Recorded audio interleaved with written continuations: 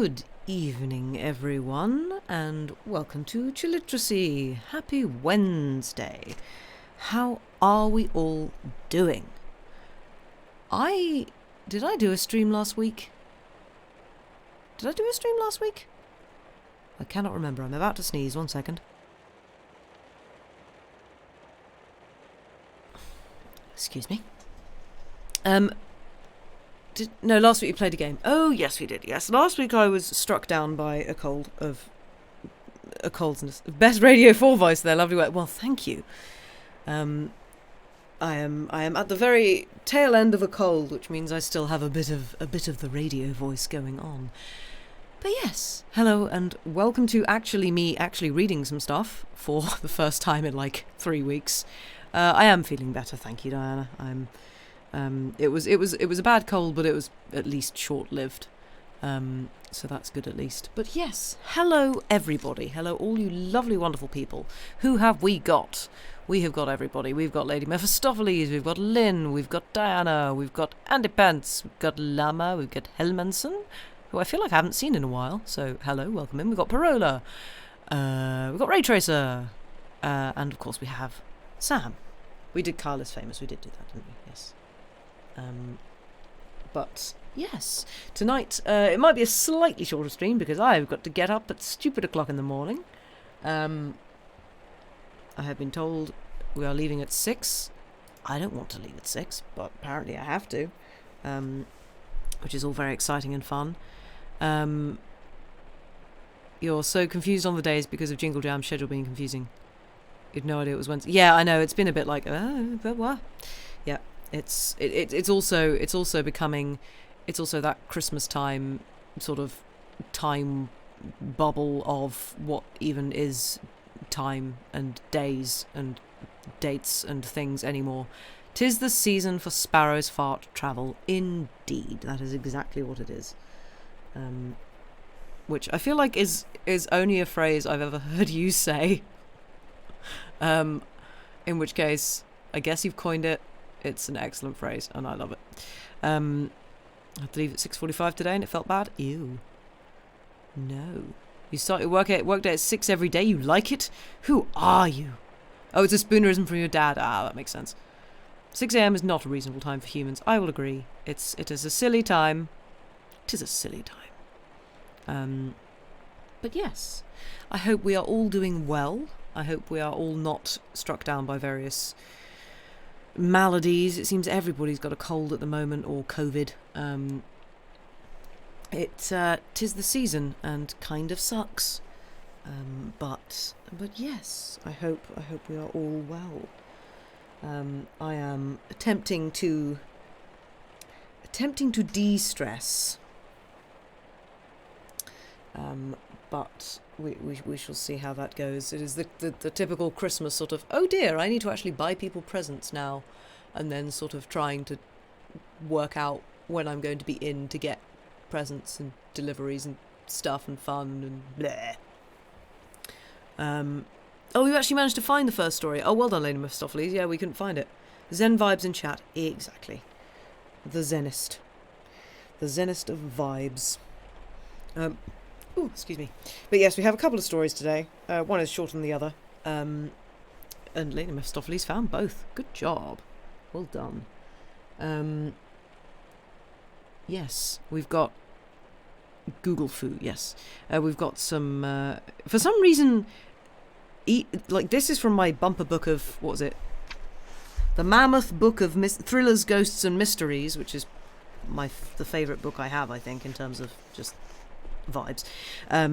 But for some reason a lot of these are, I guess, inadvertently related to sea stories and like maritime happenings, which is quite interesting to me because the other book by, I guess, the same compiler, publisher, whatever, that I have is is sea stories.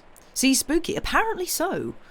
Given that Sam's doing, what is it, Bloats of the Game... Bloats? Yes. Bloats of the... Boats of the... Oh, God, I can't speak.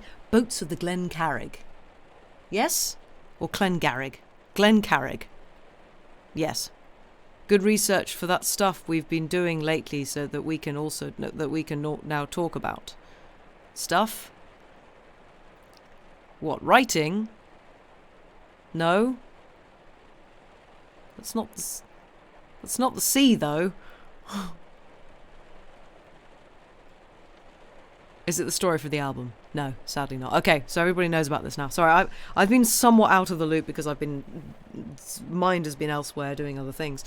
Sky Sea, yes. So, yes, I guess I can talk about that. So, as I'm sure, longest law. Oh no, we have to call it that now. That's very good. The longest law. That's fantastic. How did we not think of this? Damn it, Diana.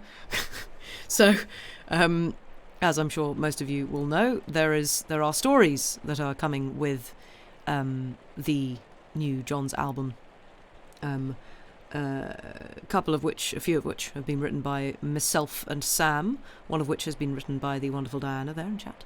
And yeah, it's fun, it's cool. There is a world that is being fleshed out, and it is fun, and we are enjoying it.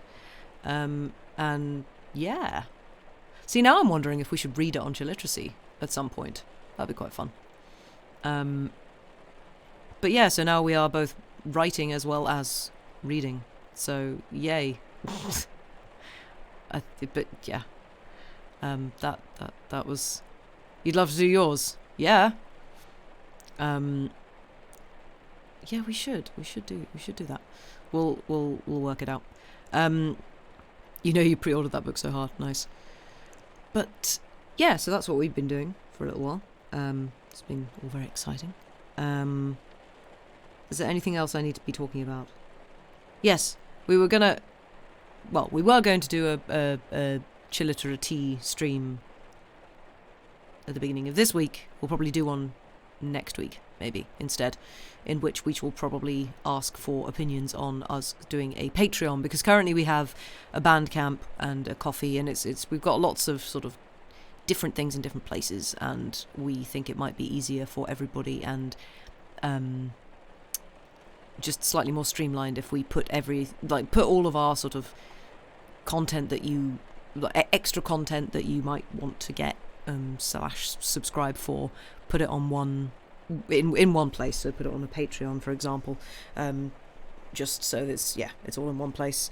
You do enjoy a Patreon, yes. Well, we need to actually learn how to use the damn thing. I realise I am doing a bit of a radio voice today, and I don't know why. I don't know. Have I listened to anything lately that's... No, I don't think so. Just apparently that's now what I'm doing. You guys just got the latest Discord update. Yeah, the Discord on phones now is somewhat confusing. Yeah, it's all fun and exciting. People love to Patreon. Okay, well we'll sort it out somehow. And yes, do the things and the stuff and such. Oh, your Discord keeps crashing, Andy Pads. That sucks. Yeah, Discord's great. Everybody loves it. It's great and fabulous and marvellous. But yes, in theory we shall be doing a Chilliteracy stream on Monday. Hopefully. Providing I don't get stuck in traffic. But yes. So tonight we have 2 stories. One of which is significantly... Well, not significant... Well, I guess it is significantly shorter than the other. Again, this may be a slightly shorter stream.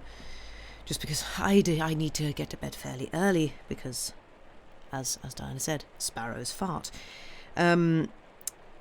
So our first one, you had to remove Discord from your phone to clear space for Here's a Health video. Oh, nice. Our first one here, I guess I'm gonna put a little content warning for claustrophobia. If anybody here suffers from claustrophobia, this one's fairly claustrophobic. And interestingly, so this is the little bit of blurb about the author, C.F. Hoffman, was for some time a well-known New York journalist. Sensitive and imaginative, his genius was well suited to the creation of tales of fantasy, spelt with a PH, which I rather like, and horror. There is a definite indication, both in Ben Blower's story and in another of his tales, The Man in the Reservoir, which as a title kind of sounds terrifying, that the author suffered from the... I like this. The author suffered from the obsession of claustrophobia. Not really sure that it's... You will pay to get a sparrow's fart clipped. I mean, you can just clip it yourself. Yeah, so the author himself suffered from claustrophobia. And it sadly says here, Hoffman's mind eventually gave way. Which... yeah, that kind of sucks, this poor guy. So it's interesting that he has written a couple of things dealing with claustrophobia. I don't know whether that's his way of was his way of dealing with his phobia, or I don't know. Yeah, trying to exercise his demons through writing. Yeah, something like that. But yeah, that kind of gives this another dimension. It's just like, oh, well, that's kind of sad. Yeah.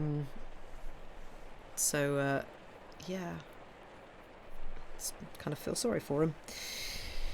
But yes, I'm not entirely sure what the accent is meant to be for one of these characters. So...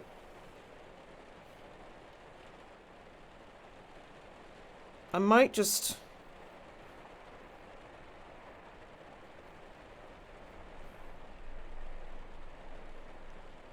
You know what? I'm just gonna do a generic West Country accent, because the West Country accent is just a catch-all for any kind of dialectic writing in writing, because I have no idea what the author's trying to go for here accent-wise. It is a mess.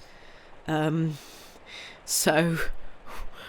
you're gonna get a West Country accent whether you like it or not. So, yes, creative output as a substitute for therapy? Nah, couldn't happen. No. No one ever does that. No one ever does that, especially not writers. So, if we are all sitting comfortably, if we all have some kind of warming beverage or blanket or whatever, because it's quite chilly now. I myself have water, because voice. And I was singing yesterday, and I need to take care of my voice. Let us begin with Ben Blower's Story by C.F. Hoffman. Are you sure that's the flame over by the shore? Sure thing, Manny. That's Irish. I could tell her pipes across the Missouri. And you will overhaul her? Won't we, though? I tell you, stranger, so sure as my name's Ben Blower, that last tar barrel I hove in the furnace has put just the smart chance of go-ahead into us to cut the flame off from yonder point, or send our boat to kingdom come. The devil! Exclaimed a bystander who, intensely interested in the race, was leaning the while against the partitions of the boiler room. I've chosen a nice place to see the sun, near this infernal powder barrel. Not so bad as if you were in it, coolly observed Ben as the other walked rapidly away. As if you were in it? In what? In the boiler? Certing.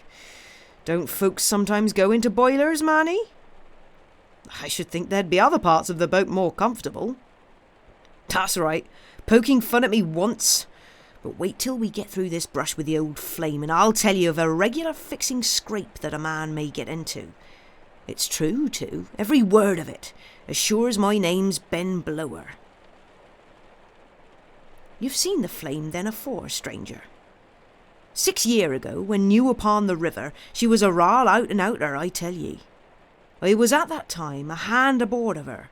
Yes, I belonged to her at the time of her great race with the Go-Liar. You've heard, mayhap, of the blow-up by which we lost it.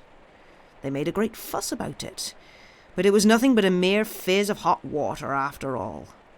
Only the springing of a few rivets which loosened a boiler plate or two and let out a thin spurting upon some people that hadn't sense enough to get out the way. Well, the Go-Liar took off our passengers, and we ran into Smasher's Landing to repair damages and bury the poor fools that were killed. Here we laid for a matter of 30 hours or so, and got things to rights on board for a brand new start. There was some carpenter's work yet to be done, but the captain said that we might be fixed off just as well when we were under way. We had worked hard. The weather was sour, and we needn't do anything more just now. We might take that afternoon to ourselves. But the next morning he'd get up steam bright and early, and we'd all come out new. There was no temperance society at Smasher's Landing, and I went ashore upon a lark with some of the lads. I omit the worthy Benjamin's adventures upon land, and despairing of fully conveying his language in its original Doric force, will not hesitate to give the rest of his singular narrative in my own words, save where in a few instances I can recall his precise phraseology, which the reader will easily recognise. The night was raw and sleety when I regained the deck of our boat. The officers, instead of leaving a watch above, had closed up everything and shut themselves in the cabin. The fire room only was open. The boards dashed from the outside by the explosion had not yet been replaced. The floor of the room was wet, and there was scarcely a corner which afforded a shelter from the driving storm. I was about leaving the room, resigned to sleep in the open air, and now bent only upon getting under the lee of some bulkhead that would protect me against the wind. In passing out, I kept my arms stretched forward to feel my way in the dark, but my feet came in contact with a heavy iron lid. I stumbled and, as I fell, struck one of my hands into the manhole. I think this was the name he gave to the oval-shaped opening in the head of the boiler, through which the smith had entered to make his repairs.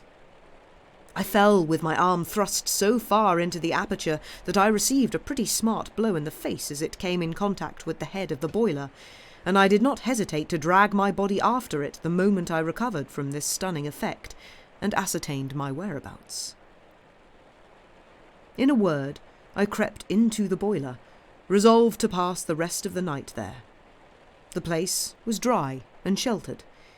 Had my bed been softer, I would have had all that man could desire. As it was, I slept, and slept soundly. I should mention, though, that before closing my eyes, I several times shifted my position. I had gone first to the farthest end of the boiler. Then again I had crawled back to the manhole, to put out my hand and feel that it was really still open. The warmest place was at the farther end, where I finally established myself, and that I knew from the first. It was foolish in me to think that the opening through which I had just entered could be closed without my hearing it, and that, too, when no one was astir but myself. But the blow on the side of my face made me a little nervous, perhaps. Besides, I never could bear to be shut up in any place. It always gives a wild-like feeling about the head. You may laugh, stranger, but I believe I should suffocate in an empty church if I once felt that I was shut up in it, like that I could not get out. I have met men afore now just like me. Or worse, rather, much worse. Men that it made sort of furious to be tied down to anything, yet so soft-like and contradictory in their natures that you might lead them anywhere so long as they didn't feel the string. Stranger, it takes all sorts of people to make a world, and we may have a good many of the worse kind of men out west. But I have seen folks upon this river, quiet-looking chaps too, as ever you see, who were so teetotally carantarankricus that they'd shoot the doctor who'd tell them they couldn't live when ailing, and make a die of it just out of spite when they told they must get well. Yes, fellows as fond of the good things of earth as you and I, yet who'd rush like mad right over the gangplank of life if once brought to believe that they had to stay in this world, whether they wanted to leave it or not. Thunder and bees, whether they wanted to leave it or not. Thunder and bees, if such a fellow as that had heard the cocks crow as I did, awakened to find darkness about him. Darkness so thick you might cut it with a knife, heard other sounds too, to tell that it was morning, and scrambling to fumble for that manhole, found it, too, black, closed. Black and even as the rest of the iron coffin around him. Closed, with not a rivet hole to let in God's light and air. Why? He'd swounded right down on the spot, as I did, and I ain't ashamed to own it to no man. The big drops actually stood upon the poor fellow's brow, as he now paused for a moment in the recital of his terrible story. He passed his hand over his rough features, and resumed it with less agitation of manner. How long I may have remained there senseless, I don't know. The doctors have since told me it must have been a sort of fit, more like an apoplexy than a swoon, for the attack finally passed off in sleep. Yes, I slept. I know that, for I dreamed a heap of things afore I awoke. There is but one dream, however, that I have ever been able to recall distinctly, and that must have come on shortly before I recovered my consciousness. My resting place through the night had been, as I have told you, at the far end of the boiler. Well, I now dreamed that the manhole was still open, and, what seems curious rather than laughable, if you take it in connection with other things, I fancied that my legs had been so stretched in the long walk I had taken the evening before that they now reached the whole length of the boiler and extended through the opening. At first, in my dreaming reflections, it was a comfortable thought that no one could now shut up the manhole without awakening me. But it soon seemed as if my feet, which were on the outside, were becoming drenched in the storm which had originally driven me to seek this shelter. I felt the chilling rain upon my extremities. They grew colder and colder, and their numbness gradually extended upward to other parts of my body. It seemed, however, that it was only the underside of my person that was thus strangely visited. I lay upon my back, and it must have been a species of nightmare that afflicted me, for I knew at last that I was dreaming, yet felt it impossible to rouse myself. A violent fit of coughing restored at last my powers of volition. The water, which had been slowly rising around me, had rushed into my mouth. I awoke to hear the rapid strokes of the pump which was driving it into the boiler. My whole condition, no, not all of it, not yet, my present condition flashed with new horror upon me, but I did not again swoon. The choking sensation which had made me faint when I first discovered how I was entombed gave way to a livelier though less overpowering emotion. I shrieked even as I started from my slumber. The previous discovery of the closed aperture, with the instant oblivion that followed, seemed only a part of my dream, and I threw my arms about and looked eagerly for the opening by which I had entered the horrid place. Yes, looked for it and felt for it, though it was the terrible conviction that it was closed. A second time brought home to me, which prompted my frenzied cry. Every sense seemed to have tenfold acuteness, yet not one to act in unison with another. I shrieked again and again, imploringly, desperately, savagely. I filled the hollow chamber with my cries, till its iron walls seemed to tingle around me. The dull strokes of the accursed pump seemed only to mock at, while they deadened my screams. At last, I gave myself up. It is the struggle against our fate which frenzies the mind. We cease to fear when we cease to hope. I gave myself up, and then I grew calm. I was resigned to die, resigned even to my mode of death. It was not, I thought, so very new after all as to awaken unwanted horror in a man. Thousands have been sunk to the bottom of the ocean, shut up in the holds of vessels, beating themselves against the battened hatches, dragged down from the upper world, shrieking not for life, but for death only beneath the eye and amid the breath of heaven. Thousands have endured that appalling kind of suffocation. I would die only as many a better man had died before me. I could meet such a death. I said so. I thought so. I felt so. Felt so, I mean, for a minute, or more. 10 minutes it may have been, or but for an instant of time. I know not, nor does it matter if I could compute it.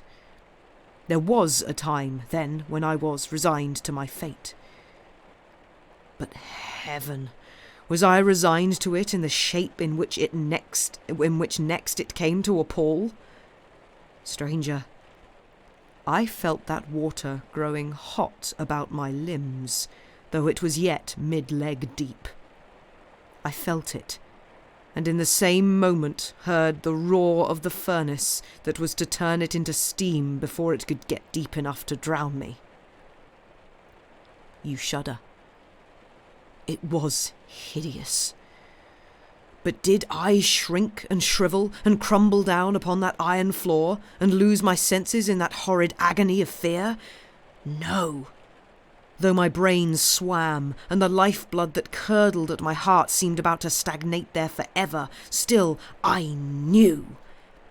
I was too hoarse, too hopeless from my previous efforts to cry out more. But I struck, feebly at first, and then strongly, frantically with my clenched fist against the sides of the boiler. There were people moving near who must hear my blows. Could not I hear the grating of chains, the shuffling of feet, the very rustle of a rope, hear them all within a few inches of me? I did, but the gurgling water that was growing hotter and hotter around my extremities made more noise within the steaming cauldron than did my frenzied blows against its sides. Latterly, I had hardly changed my position, but now the growing heat of the water made me plash to and fro. Lifting myself wholly out of it was impossible, but I could not remain quiet. I stumbled upon something. It was a mallet, a chance tool the smith had left there by accident. With what wild joy did I seize it? With what eager confidence did I now deal my first blows with it against the walls of my prison? But scarce had I intermitted them for a moment when I heard the clang of the iron door as the fireman flung it wide to feed the flames that were to torture me. My knocking was unheard, though I could hear him toss the sticks into the furnace beneath me and drive to the door when his infernal oven was fully crammed.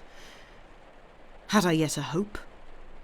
I had, but it rose in my mind side by side with the fear that I might now become the agent of preparing myself a more frightful death. Yes, when I thought of that furnace with its fresh-fed flames curling beneath the iron upon which I stood, a more frightful death even than that of being boiled alive. Had I discovered that mallet but a short time sooner? But no matter. I would by its aid resort to the only expedient now left. It was this.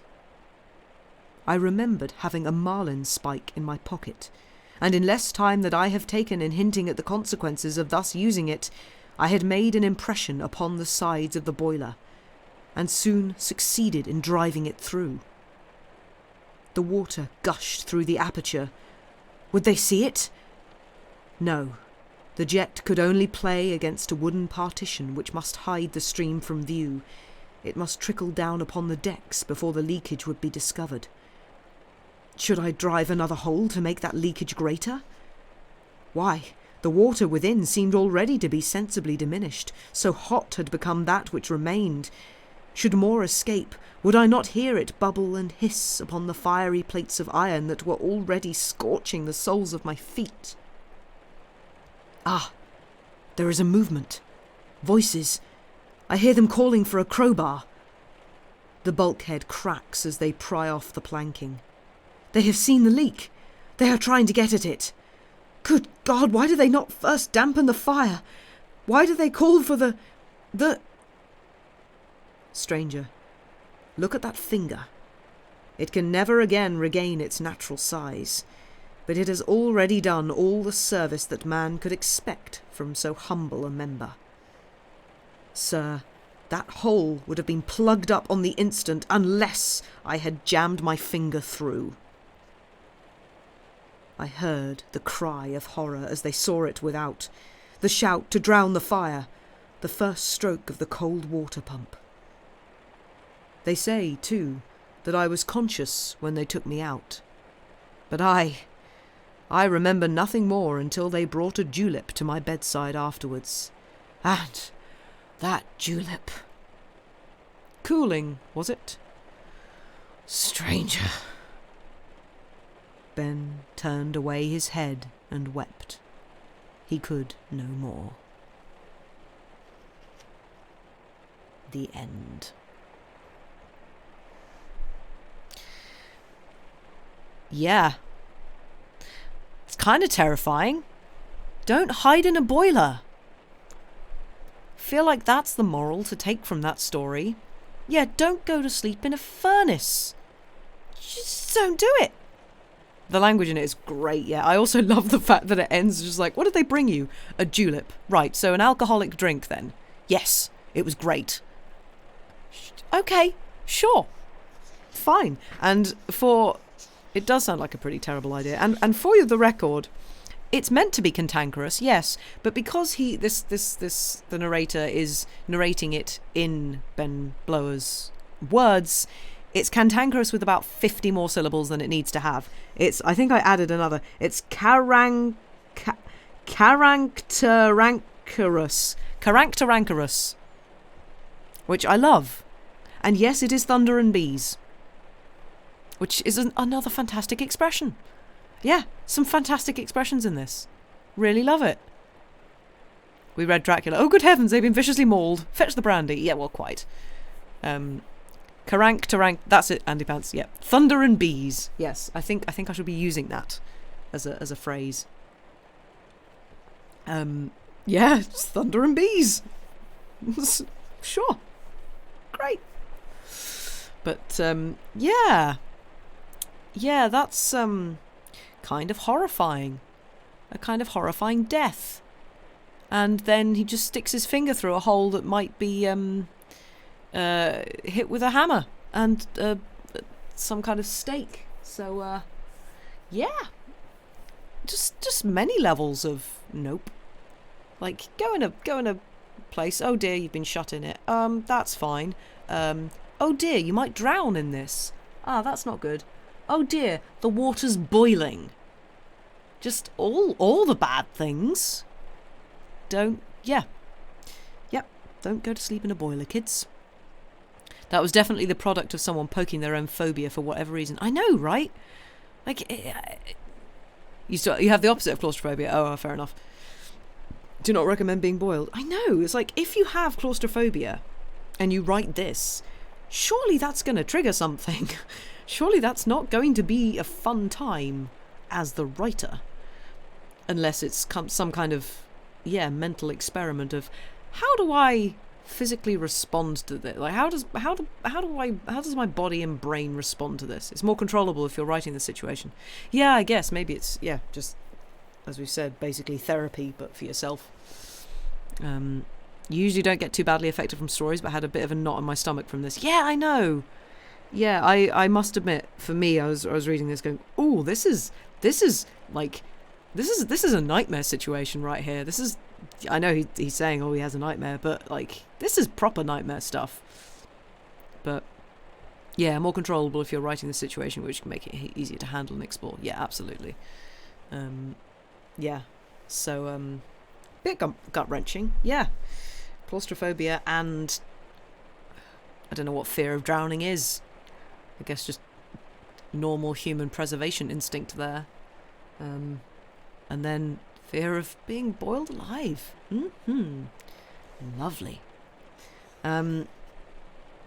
But yeah, I think what I might do, if it weren't framed in the first person, guaranteeing he lived, you're not sure you could have taken it. No, that's fair enough. Thalassophobia, is that fear of drowning as well? Fear of drowning is not a phobia. That's just being an air breather. Fair. Yeah, I thought thalassophobia was specifically like fear of like big bodies of water, like fear of what could be lurking in the depths, kind of thing. Thalassophobia is deep water. Yeah, I thought it was that. But yeah. Also, how the hell could he fit in a boiler? I suppose it's a big boiler, but still. How do you just trip and oops into a boiler? And why was that his first instinct? Like, there are so many questions here. There's like, you tripped, your arm went into the boiler, and then you decided to put the rest of yourself in there too? He was very determined to have an impromptu sauna. Yes. It's just a Swede who's like, damn, I really miss saunas. I know. I'm going to make my own DIY sauna. It looked cosy, yeah. With one of this little pot stove, yeah. He was drunk out of his gourd, yeah. Yeah. Joys. So yes, I'm gonna throw us to an early break. I think, if that is all right with everybody. And possibly go and make myself a cup of tea. So yeah, and then we will come back with our second story of the night. As I say, will be a slightly shorter one tonight because I don't want to get to bed too late. But the internet was choppy, wasn't he? Coming back from a night of drinking. I think so. No, I think it was the day after. Just an awful hangover. We're going to bounce and sleep, but thanks for the reason. Well, thank you very much for being here, Diana. Have good sleeps. Sleep well. Go get the rest you deserve. But yes, I'm going to go and throw us to a break. So go do break-related things. And we will be back in about 5 minutes. Bye for now.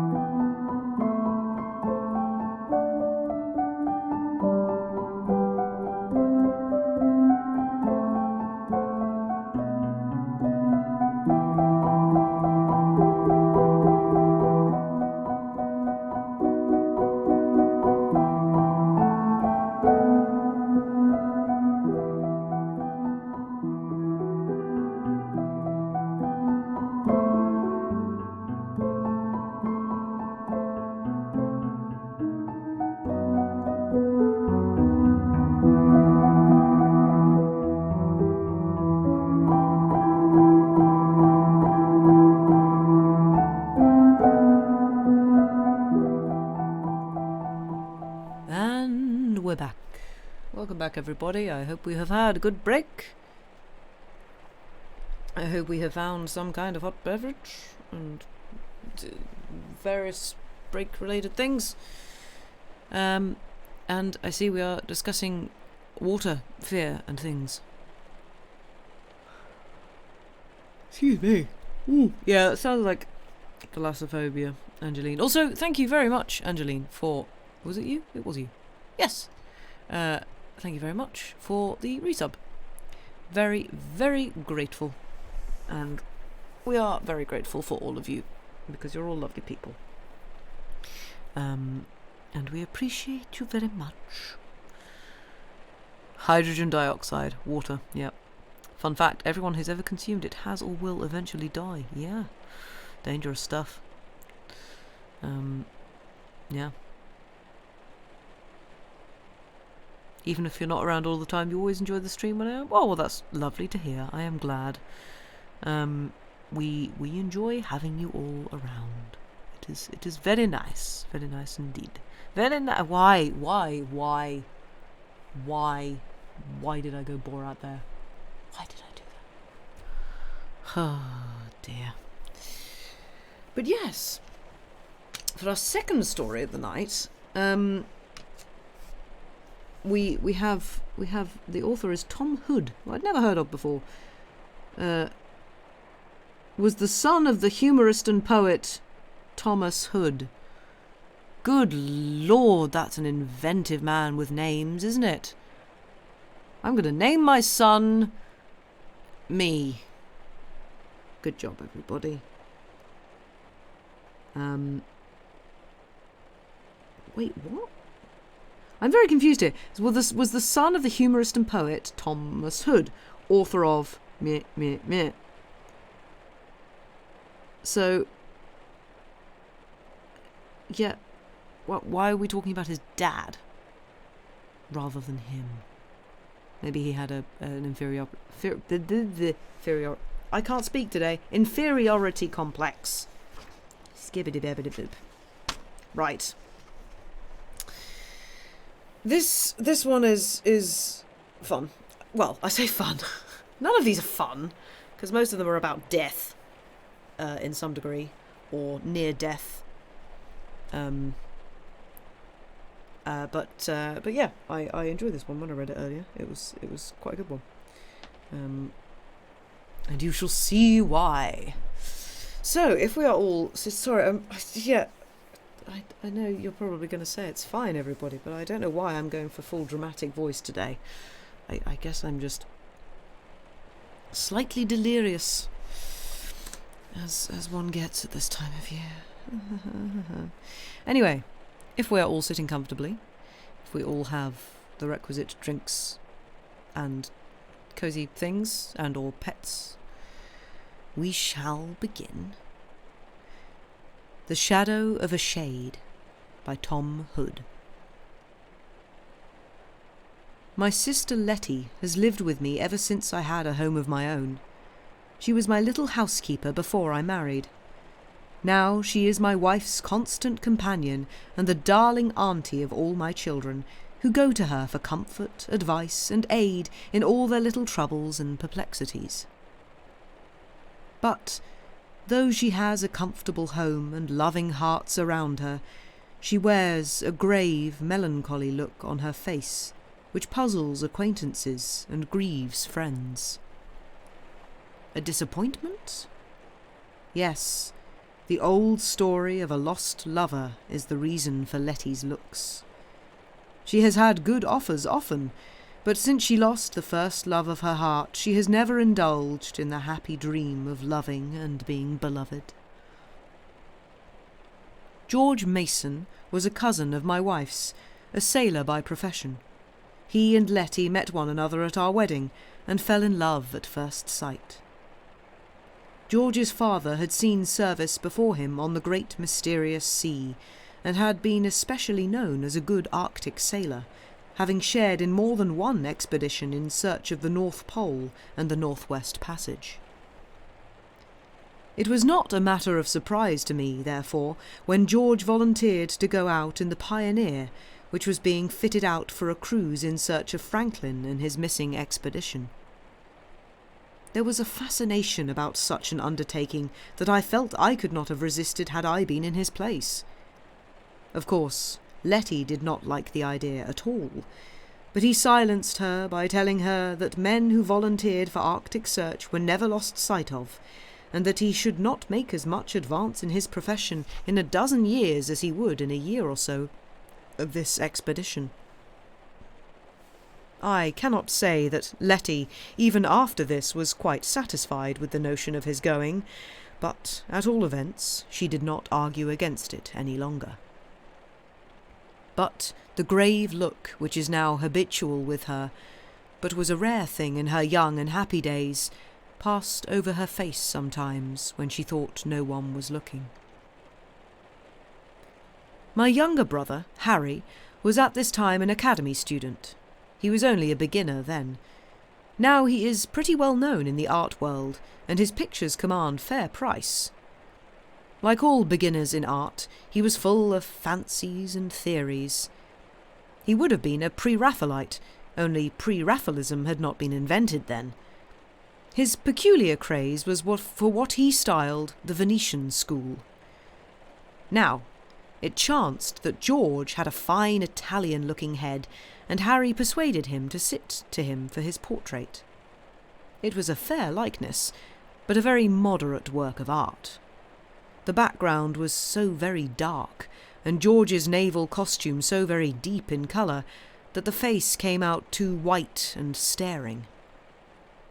It was a 3/4 picture, but only one hand showed in it, leaning on the hilt of a sword.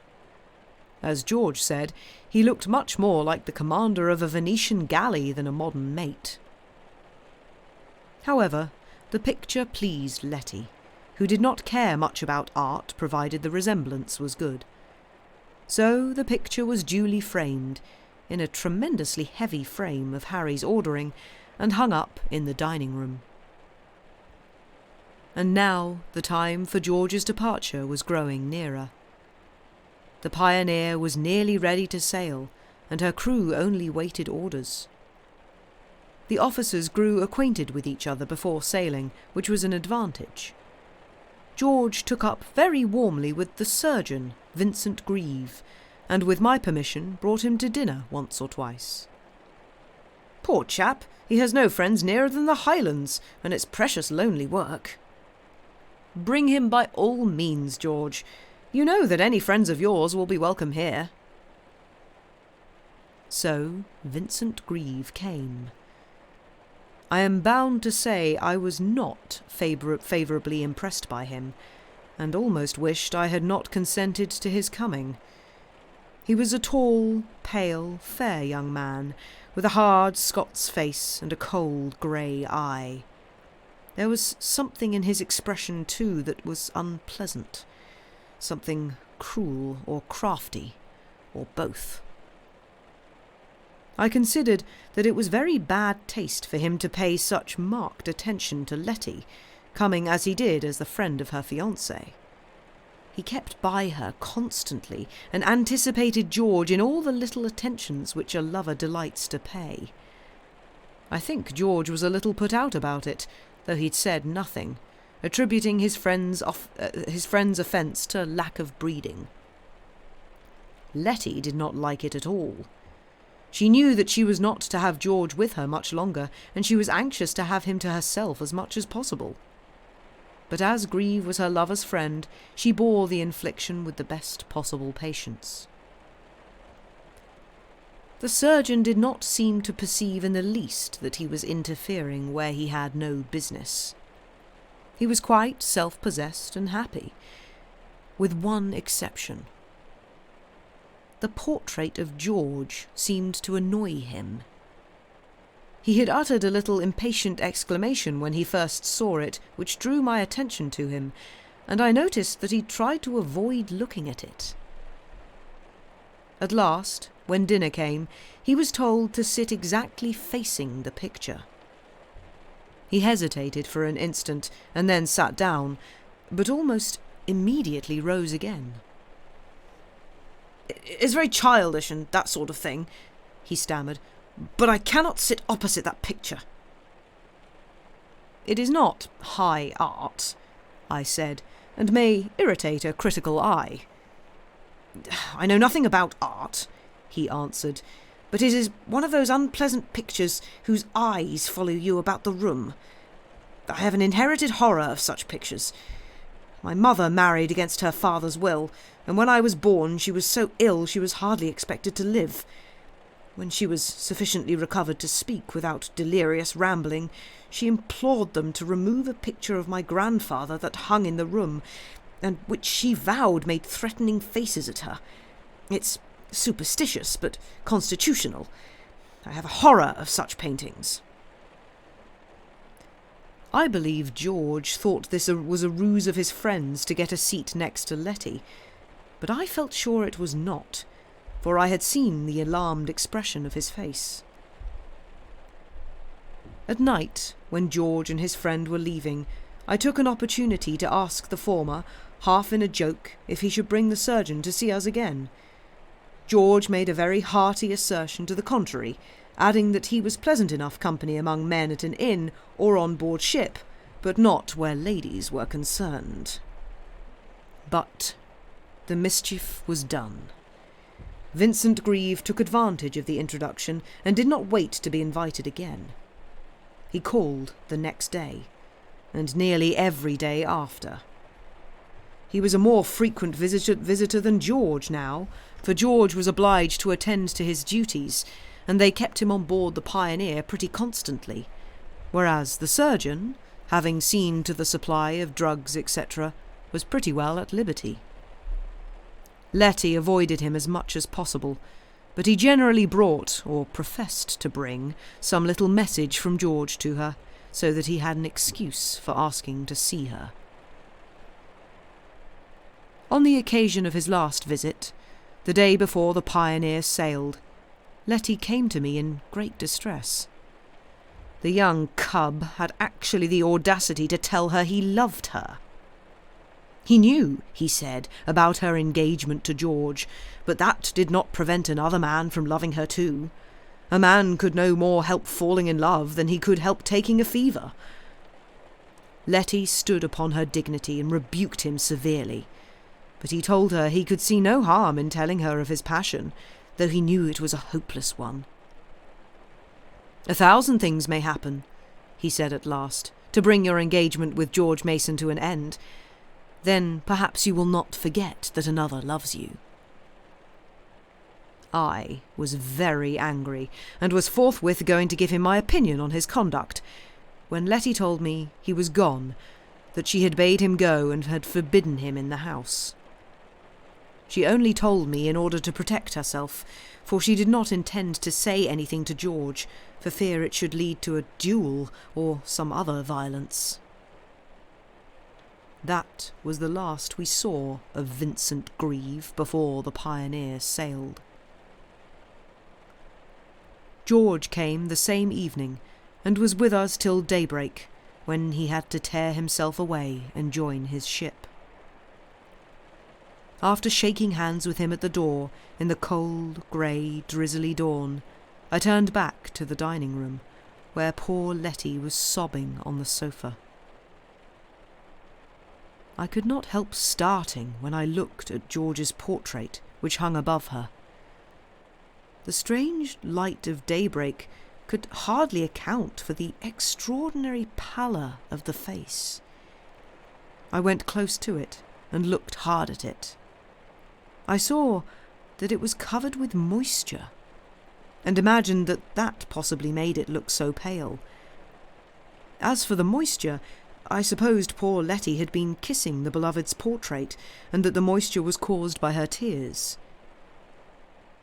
It was not till a long time after, when I was jestingly telling Harry how his picture had been caressed, that I learnt the error of my conjecture. Letty assured me most solemnly that I was mistaken in supposing she had kissed it. "It was the varnish blooming, I expect," said Harry. And thus the subject was dismissed, for I said no more, though I knew well enough, in spite of my not being an artist, that the bloom of varnish was quite another sort of thing. The Pioneer sailed. We received, or rather Letty received, 2 letters from George, which he had taken the opportunity of sending by homeward-bound whalers. In the second, he said it was hardly likely he should have an opportunity of sending another, as they were sailing into high latitudes, into the solitary sea, to which none but expedition ships ever penetrated. They were all in high spirits, he said, for they had encountered very little ice and hoped to find clear water farther north than usual. Moreover, he added, Grieve had held a sinecure so far, for there had not been a single case of illness on board. Then came a long silence, and a year crept away very slowly for poor Letty. Once we heard of the expedition from the papers. They were reported as pushing on and progressing favourably by a wandering tribe of Inuit with whom the captain of a Russian vessel fell in. They had laid the ship up for the winter, and were taking the boats on sledges, and believed they had met with traces of the lost crews that seemed to show they were on the right track. The winter passed again, and spring came. It was a balmy, bright spring, such as we get occasionally, even in this changeable and uncertain climate of ours. One evening we were sitting in the dining room with the window open, for although we had long given up fires, the room was so oppressively warm that we were glad of the breath of the cool evening breeze. Letty was working. Poor child, though she never murmured, she was evidently pining at George's long absence. Harry was leaning out of the window, studying the evening effect on the fruit blossom, which was wonderfully early and plentiful, the season was so mild. I was sitting at the table, near the lamp, reading the paper. Suddenly there swept into the room a chill. It was not a gust of cold wind, for the curtain by the open window did not swerve in the least. But the deathly cold pervaded the room, came and was gone in an instant. Letty shuddered, as I did, with the intense icy feeling. She looked up. "How curiously cold it has got all in a minute," she said. "We are having a taste of poor George's polar weather," I said with a smile. At the same moment I instinctively glanced towards his portrait. What I saw struck me dumb. A rush of blood at fever heat dispelled the numbing influence of the chill breath that had seemed to freeze me. I have said that the lamp was lighted, but it was only that I might read with comfort, for the violet twilight was still so full of sunset that the room was not dark. But as I looked at the picture, I saw it had undergone a strange change. I saw it as plainly as possible. It was no delusion coined for the eye by the brain. I saw, in the place of George's head, a grinning skull. I stared at it hard, but it was no trick of fancy. I could see the hollow orbits, the gleaming teeth, the fleshless cheekbones. It was the head of death. Without saying a word, I rose from my chair and walked straight up to the painting. As I drew nearer, a sort of mist seemed to pass before it, and as I stood close to it, I saw only the face of George. The spectral skull had vanished. "Poor George," I said unconsciously. Letty looked up. The tone of my voice had alarmed her. The expression of my face did not reassure her. "What do you mean? Have you heard anything? Oh, Robert, in mercy, tell me!" She got up and came over to me, and, laying her hands on my arm, looked up into my face imploringly. "No, my dear. How should I hear? Only I could not help thinking of the privation and discomfort he must have gone through. I was reminded of it by the cold. Cold? Said Harry, who had left the window by this time. Cold? What on earth are you talking about? Cold such an evening as this? You must have had a touch of the ague, I should think. Both Letty and I felt it bitterly cold a minute or two ago. Did you not feel it? Not a bit, and I was 3 parts out of the window. I ought to have felt it if anyone did. It was curious, but that strange chill had been felt only in the room. It was not the night wind, but some supernatural breath connected with the dread apparition I had seen. It was, indeed, the chill of polar winter, the icy shadow of the frozen north. "What is the day of the month, Harry?" I asked. "Today, the 23rd, I think," he answered, then added, taking up the newspaper I had been reading. "Yes, here you are. Tuesday, February the 23rd, if the Daily News tells truth, which I suppose it does. Newspapers can afford to tell the truth about dates, whatever they may do about art." Harry had been rather roughly handled by the critic of a morning paper for one of his pictures a few days before, and he was a little angry with journalism generally.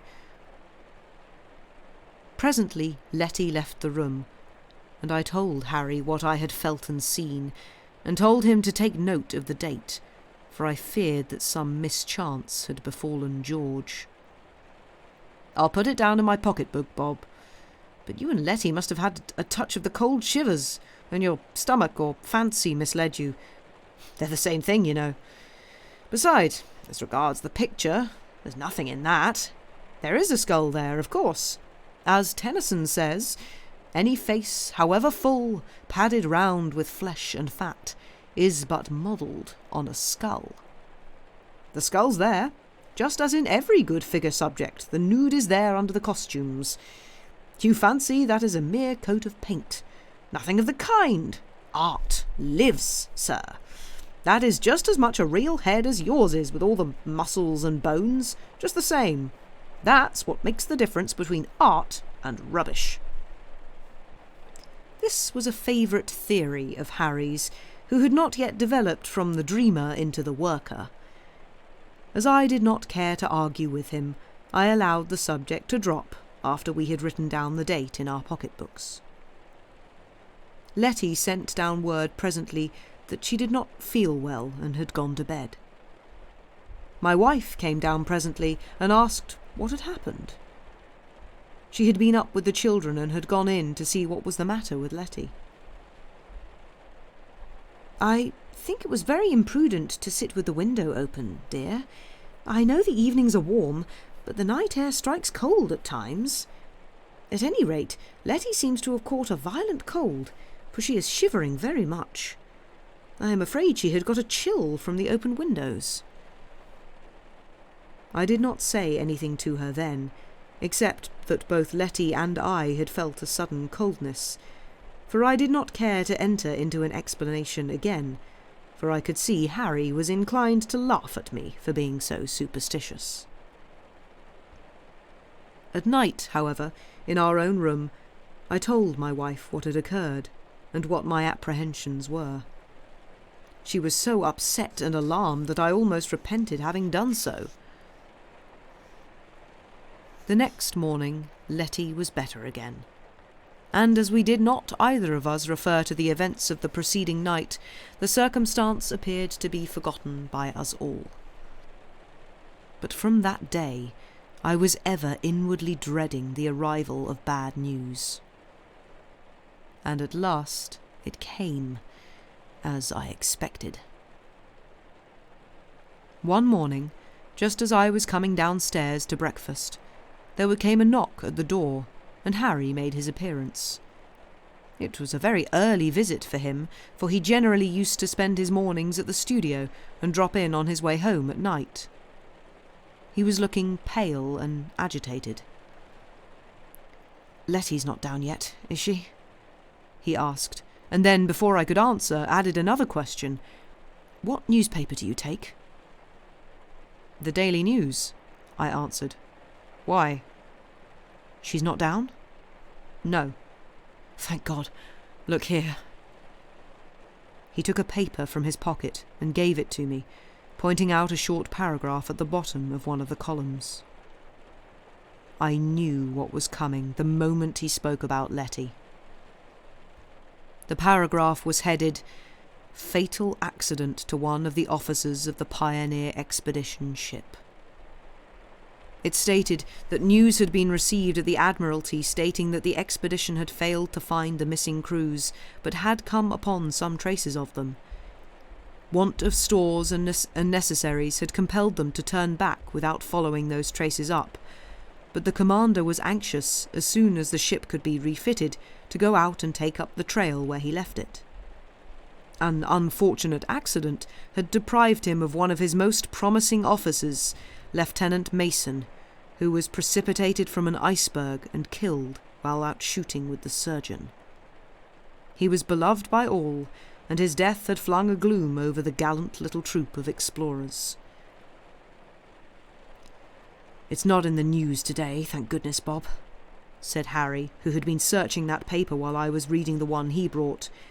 "But you must keep a sharp lookout for some days, and not let Letty see it when it appears, as it is certain to do sooner or later." Then we both of us looked at each other with tears in our eyes. "Poor George, poor Letty," we sighed softly. "But she must be told at some time or other," I said despairingly. "I suppose so," said Harry, "but it would kill her to come on it suddenly like this. Where's your wife?" She was with the children, but I sent up for her and told her the ill tidings. She had a hard struggle to conceal her emotion for Letty's sake, but the tears would flow in spite of her efforts. "How shall I ever find courage to tell her?" she asked. "Hush!" said Harry, suddenly grasping her arm and looking towards the door. I turned. There stood Letty, with her face pale as death, with her lips apart, and with a blind look about her eyes. She had come in without our hearing her. We never learnt how much of the story she had overheard, but it was enough to tell her the worst. We all sprang towards her, but she only waved us away, turned round, and went upstairs again without saying a word. My wife hastened up after her and found her on her knees by the bed, insensible. The doctor was sent for, and restoratives were promptly administered. She came to herself again, but lay dangerously ill for some weeks from the shock. It was about a month after she was well enough to come downstairs again that I saw in the paper an announcement of the arrival of the Pioneer. The news had no interest for any of us now, so I said nothing about it. The mere mention of the vessel's name would have caused the poor girl pain. One afternoon shortly after this, as I was writing a letter, there came a loud knock at the front door. I looked up from my writing and listened, for the voice which inquired if I was in sounded strange, but yet not altogether unfamiliar. As I looked up, puzzling whose it could be, my eye rested accidentally upon poor George's portrait. Was I dreaming or awake? I have told you that the one hand was resting on a sword. I could see now distinctly that the forefinger was raised, as if in warning. I looked at it hard, to assure myself it was no fancy, and then I perceived, standing out bright and distinct on the pale face, 2 large drops, as if of blood. I walked up to it, expecting the appearance to vanish as the skull had done. It did not vanish, but the uplifted finger resolved itself into a little white moth which had settled on the canvas. The red drops were fluid, and certainly not blood, though I was at a loss for the time to account for them. The moth seemed to be in a torpid state, so I took it off the picture and placed it under an inverted wine glass on the mantelpiece. All this took less time to do than to describe. As I turned from the mantelpiece, the servant brought in a card, saying the gentleman was waiting in the hall to know if I would see him. On the card was the name of Vincent Grieve of the exploring vessel Pioneer. Thank heaven Letty is out, thought I, and then added aloud to the servant, "Show him in here, and Jane, if your mistress and Miss Letty come in before the gentleman goes, tell them I have someone with me on business and do not wish to be disturbed." I went to the door to meet Grieve.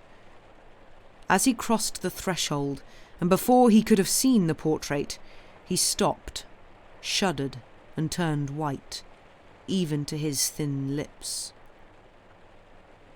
"Cover that picture before I come in," he said hurriedly in a low voice. "You remember the effect it had upon me. Now, with the memory of poor Mason, it could be worse than ever." I could understand his feelings better now than at first, for I had come to look on the picture with some awe myself. So I took the cloth off a little round table that stood under the window and hung it over the portrait. When I had done so, Grieve came in. He was greatly altered. He was thinner and paler than ever, hollow-eyed and hollow-cheeked. He had acquired a strange stoop, too, and his eyes had lost the crafty look for a look of terror, like that of a hunted beast. I noticed that he kept glancing sideways every instant, as if unconsciously. It looked as if he heard someone behind him. I had never liked the man, but now I felt an insurmountable repugnance to him, so great a repugnance that, when I came to think of it, I felt pleased that the incident of covering the picture at his request had led to my not shaking hands with him. I felt that I could not speak otherwise than coldly to him. Indeed, I had to speak with painful plainness. I told him that, of course, I was glad to see him back, but that I could not ask him to continue to visit us. I should be glad to hear the particulars of poor George's death, but that I could not let him see my sister, and hinted, as delicately as I could, at the impropriety of which he had been guilty when he last visited. He took it all very quietly, only giving a long, weary sigh when I told him I must beg him not to repeat his visit. He looked so weak and ill that I was obliged to ask him to take a glass of wine, an offer which he seemed to accept with great pleasure. I got out the sherry and biscuits and placed them on the table between us, and he took a glass and drank it off greedily. It was not without some difficulty that I could get him to tell me of George's death. He related, with evident reluctance, how they had gone out to shoot a white bear which they had seen on an iceberg stranded along the shore. The top of the berg was ridged like the roof of a house, sloping down on one side to the edge of a tremendous overhanging precipice. They had scrambled along the ridge in order to get nearer the game, when George incautiously ventured on the sloping side. "I called out to him," said Grieve, "and begged him to come back, but too late.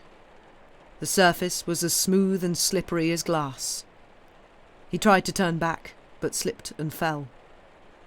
And then began a horrible scene. Slowly, but with ever-increasing motion, he began to slide down towards the edge. There was nothing to grasp at, no irregularity or projection on the smooth face of the ice. I tore off my coat, and hastily attaching it to the stock of my gun, pushed the latter towards him, but it did not reach far enough. Before I could lengthen it by tying my cravat to it, he had slid farther away, and more quickly. I shouted in agony, but there was no one within hearing. He, too, saw his fate was sealed, and he could only tell me to bring his last farewell to you. And to her. Here Greaves' voice broke. And it was all over. He clung to the edge of the precipice instinctively for 1 second, and was gone. Just as Grieve uttered the last word, his jaw fell. His eyeballs seemed ready to start from his head. He sprang to his feet, pointed at something behind me, and then, flinging up his arms, fell with a scream as if he had been shot. He was seized with an epileptic fit. I instinctively looked behind me as I hurried to raise him from the floor. The cloth had fallen from the picture, where the face of George, made paler than ever by the gouts of red, looked sternly down. I rang the bell. Luckily, Harry had come in, and when the servant told him what was the matter, he came in and assisted me in restoring Grieve to consciousness. Of course, I covered the painting up again. When he was quite himself again, Grieve told me he was subject to fits occasionally. He seemed very anxious to learn if he had said or done anything extraordinary while he was in the fit, and appeared reassured when I said he had not. He apologised for the trouble he had given, and said as soon as he was strong enough he would take his leave. He was leaning on the mantelpiece as he said this. A little white moth caught his eye. "So you have had someone else from the Pioneer here before me?" he said nervously. I answered in the negative, asking what made him think so. "Why, this little white moth is never found in such southern latitudes. It is one of the last signs of life northward. Where did you get it?" "I caught it here, in this room," I answered. "That is very strange. I never heard of such a thing before. We shall hear showers of blood soon, I should not wonder." "What do you mean?" I asked. "Oh, these little fellows emit little drops of a red-looking fluid at certain seasons, and sometimes so plentifully that the superstitious think it is a shower of blood. I have seen the snow quite stained in places. Take care of it.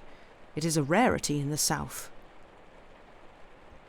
I noticed, after he left, which he did almost immediately, that there was a drop of red fluid on the marble under the wineglass. The blood stain on the picture was accounted for. But how came the moth here? And there was another strange thing about the man, which I had scarcely been able to assure myself of in the room where there were cross-lights, but about which there was no possible mistake when I saw him walking away up the street. "Harry, here, quick!" I called to my brother, who at once came to the window. "You're an artist. Tell me, is there anything strange about that man?" "No, nothing that I can see," said Harry. But then, suddenly, in an altered tone, added, "Yes, there is. By Jove, he has a double shadow." That was the explanation of his sidelong glances, of the habitual stoop. There was a something always at his side, which none could see, but which cast a shadow. He turned presently and saw us at the window. Instantly he crossed the road to the shady side of the street. I told Harry all that had passed, and we agreed that it would be as well not to say a word to Letty. 2 days later, when I returned from a visit to Harry's studio, I found the whole house in confusion. I learnt from Letty that while my wife was upstairs, Grieve had called, had not waited for the servant to announce him, but had walked straight into the dining room where Letty was sitting. She noticed that he avoided looking at the picture, and, to make sure of not seeing it, had seated himself on the sofa just beneath it. He had then, in spite of Letty's angry remonstrances, renewed his offer of love, strengthening it finally by assuring her that poor George with his dying breath had implored him to seek her and watch over her and marry her. "I was so indignant I hardly knew how to answer him," said Letty, when suddenly, just as he uttered the last words, there came a twang like the breaking of a guitar, and I hardly know how to describe it, but the portrait had fallen, and the corner of the heavy frame had struck him on the head, cutting it open and rendering him insensible. They had carried him upstairs, by the direction of the doctor, for whom my wife at once sent on hearing what had occurred. He was laid on the couch in my dressing room, where I went to see him. I intended to reproach him for coming to the house, despite my prohibition, but I found him delirious. The doctor said it was a queer case, for though the blow was a severe one, it was hardly enough to account for the symptoms of brain fever. When he learnt that Grieve had but just returned in from the Pioneer from the north, he said it was possible that the privation and hardship had told on his constitution and sown the seeds of the malady. We sent for a nurse who was to sit up with him by the doctor's directions. The rest of my story is soon told. In the middle of the night I was roused by a loud scream. I slipped on my clothes and rushed out to find the nurse, with Letty in her arms, in a faint. We carried her into her room, and then the nurse explained the mystery to us. It appears that about midnight Grieve sat up in bed and began to talk. And he said such terrible things that the nurse became alarmed. Nor was she much reassured when she became aware that the light of her single candle flung what seemed to be 2 shadows of the sick man on the wall. Terrified beyond measure, she had crept into Letty's room and confided her fears to her, and Letty, who was a courageous and kindly girl, dressed herself and said she would sit with her. She, too, saw the double shadow, but what she heard was far more terrible. Grieve was sitting up in bed, gazing at the unseen figure to which the shadow belonged. In a voice that trembled with emotion, he begged the haunting spirit to leave him and prayed its forgiveness. "You know the crime was not premeditated. It was a sudden temptation of the devil that made me strike the blow and fling you over the precipice. It was the devil tempting me with the recollection of her exquisite face, of the tender love that might have been mine but for you. But she will not listen to me. See, she turns away from me, as if she knew I was your murderer, George Mason." It was Letty who repeated in a horrified whisper this awful confession. I could see it all now. As I was about to tell Letty of the many strange things I had concealed from her, the nurse, who had gone to see her patient, came running back in alarm. Vincent Grieve had disappeared. He had risen in his delirious terror, had opened the window, and leaped out. 2 days later, his body was found in the river.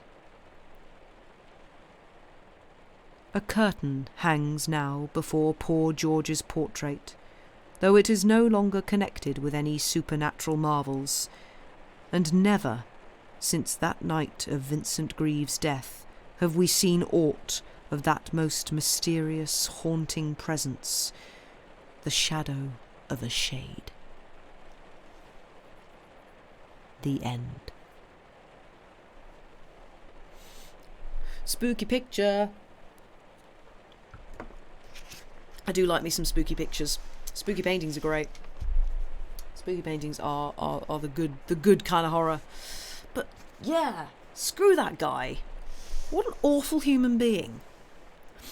What an absolutely dreadful person. If anybody deserved to be haunted to death, that guy did. Strong agree.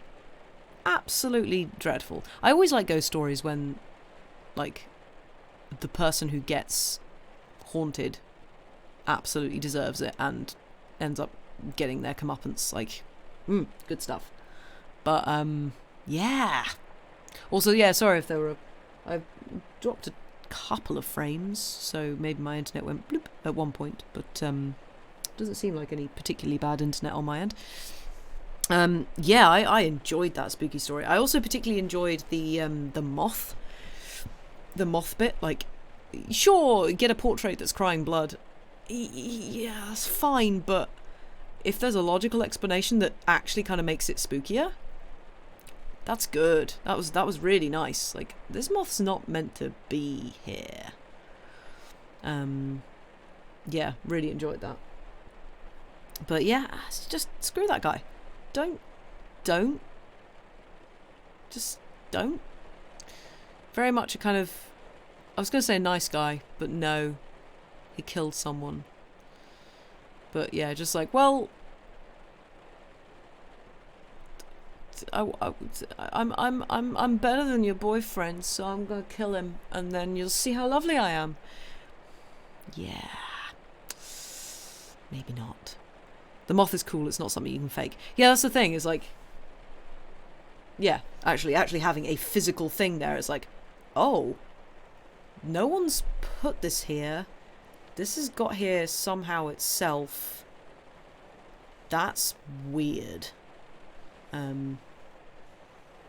Yeah, really like that. I also like the fact that the technically the one who actually saved the day and the one who actually killed the guy was Harry, the artist, because he insisted upon a ridiculoly heavy frame for his painting because he's tasteless. I really quite like that. It's like, why, dude, stop, no, don't put a massively heavy frame on a painting. It's just gonna make the painting fall down at some point. So yeah, did quite enjoy that. Wonder if that's a real kind of moth, white and leaves blood red stains. I don't know. It'd be interesting to know. Yeah, maybe. We could always do a Google and have a look. But yeah, I like it. I like it very much. So yeah, I hope you enjoyed that. I know we're finishing the stream a bit early, but Google doesn't seem to think so. Oh, that's a shame. That is a shame. But oh, excuse me. Oh, yawn. Let us see who is on. Ooh, Stephen's playing Dordogne. That's a nice chill game. There's a vampire moth though, which is nice. There is, yes, I know about that. I know various moth-related facts. Not huge. I know lots about moths in the UK, but not a lot about moths in other countries. So yeah, thank you all very much for being here. You're all lovely people. I hope you enjoyed those 2 spooky tales. Sam should be back on Saturday with more Boats of the Glencarrig. Yes? Question mark?